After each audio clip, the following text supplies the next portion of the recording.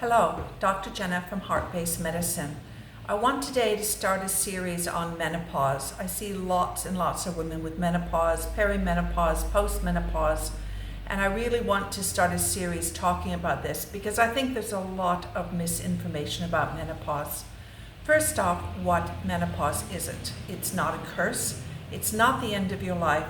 It's not a terrible punishment from God. It is just part of the natural life cycle. Now, menopause itself, the actual word means it's really a day in a woman's life. It's the day that she hasn't had a period for a year. Now, we use the term menopause to mean that whole journey from perimenopause to postmenopause. So usually when we use that word, we mean many things other than that single day. So that word really means a year without periods, menopause. So most of what we know and hear about menopause is that perimenopausal time, which is that time when women's ovaries start to falter, all the way up into that time where they haven't had a period for a year. And then that postmenopausal time, which is any time after that moment in time where they haven't had a period for a year, as long as their journey lasts. Now, every woman's journey through menopause is different. If you want to have sort of an idea of what your journey may be like, ask an older sister or your mother. Now, they would have had to go through menopause naturally for you to somewhat mimic what they would be going through. My menopause was pretty much identical to my mom's and my older sister's. I wished I'd asked them. So we have a lot of misconceptions about menopause, mostly because we have these misconceptions about aging. Now, in another video that I did about my time with the Navajo, I talked about how I learned to really respect the elders, to respect wrinkles and the gorgeousness of wrinkles on a woman's face, showing every line of her life. I was really lucky that I actually was able to have that experience when I was young, much before I got into all of the don't age, you need to look young the rest of your life, getting old is horrible, hags, crones, horrible things. I actually had heard all of those things as positive. The crone was the wise woman, was the woman in the tribe who had the most knowledge, was helping her tribe with all of her wisdom. So I didn't end up having those preconceived notions about aging, about getting older, about wrinkles. But most women do. We have media out there, we have movies, we have movie stars, we have all of this cosmetic surgery to try and keep us from aging. Why? Age is a gift. To get to an older age is a gift. And to stop that natural process seems so wrong to me.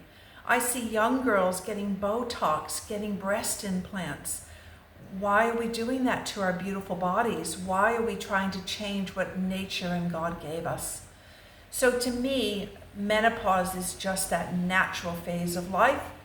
It is actually a gift of life because it's moving from those stages from maidenhood to motherhood, that time when you have the potential of being a mother, to menopause, or the crone, the wise woman phase. Now, this is actually a change that happens hormonally, obviously. When we are in the maiden phase, we haven't yet hit menarche, we haven't started to have our ovaries ovulating. So that's that young phase, that carefree phase. Then when we hit menarche, our first period, we go into the mother phase, that time where we could potentially become a mother. Of course, all women don't choose to become a mother, but that is our time when we potentially could. During that time, if we're not interfering with our hormones, we have a lot of hormones around that make women want to make a nest, so keep their home beautiful, take care of their partners, take care of their children. Those are those hormones that are surging during those times. Your estrogen, your progesterone, those hormones are keeping us really more focused in that mother phase. When we go into the menopause phase, what happens is our ovaries start to fail. They stop producing as much progesterone. Then as we go along, they stop producing as much estrogen. And we go into those phases of not having those hormones that create us wanting to keep the home, make the nest pretty, take care of our partners, take care of our kids. Again, this is a natural thing.